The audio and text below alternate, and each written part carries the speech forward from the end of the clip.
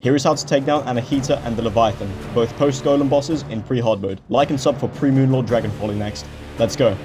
Before we get started, we need to take down the Aquatic Scourge. Check the annotation for a guide on how to defeat him if you need help. Doing this gives us access to the Tier 2 Acid Rain event, Corrosive Spine, and Deep Sea Star for extra DPS. Farm Skyfins for the Skyfin Bombers, which are an exceptional rogue weapon that shred both bosses. Keep farming the Aquatic Scourge for a set of Developer Wings for improved mobility. Skyline Wings work too, but Developer Wings fly faster and further. Flip the coin of deceit and face the Mirage Mirror as we are focusing on stealth strikes at the first half of the fight. Also, rip out the Corrosive Spine to up your damage drastically with Poison Clouds on rogue hits. Lastly, wear the Counter Scarf to be able to dodge through projectiles and gain some extra maneuverability. Reforge all accessories to Silent for maximum stealth generation. Use the Stats Gel set for the small boost in mobility from the double jump, off with Shadow Potions, and use the Halo Stew for more and faster heals. Start the fight by defeating the Siren's Lure. Anahita always spawns with the Ice Shield, which the Skyfin Bombers deal with just fine.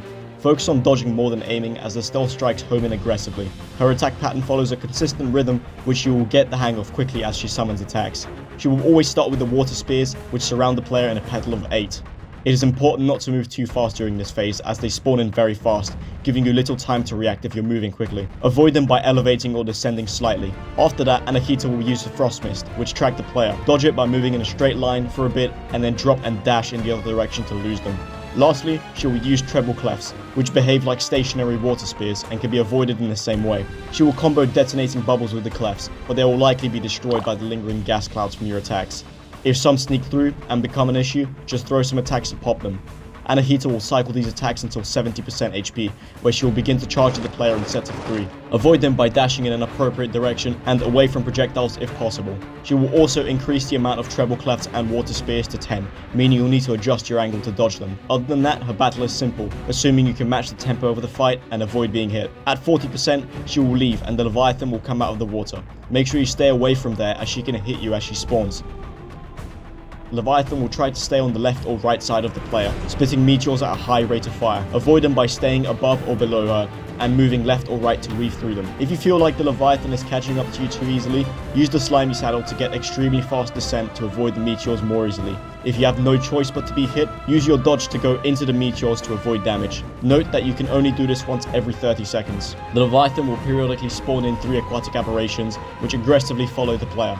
At this point in the battle, start to spam the Skyfin Bombers instead of focusing on stealth strikes. The reason for this is that the stealth strikes home into the enemy that's closest to the player, which will most likely be an aquatic aberration, wasting a lot of damage. Spamming attacks will still do decent damage, and still home in, but it will deal with the summons much more effectively, lessening pressure on you and allowing you to make hits on the Leviathan. If you spot that she stops attacking, be ready for her to charge into you. She will level with you and charge in the direction she is facing.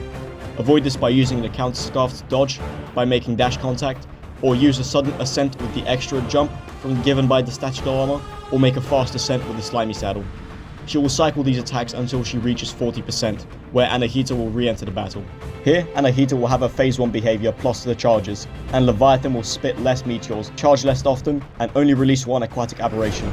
Since Anahita is back in the battle, maintain the rhythm she sets to avoid both attackers. Try to focus on the Leviathan due to her larger hitbox. If Leviathan is defeated, Anahita will enter her phase 2 until the battle ends. Here, you'll want to revert to focusing on stealth strikes. If Anahita is taken down first, the Leviathan will have the same attack pattern as when she rose from the waters. Here, you'll want to continue spamming your attacks. Use your boosts and dance with the rhythm and claim a victory over a post-golem boss in pre-hard mode, gaining access to the Enhanced Abyss and some exceptional gear. If you like Ranger more, you can use a Ranger build with the Sea Searing and use the same dodging strategies.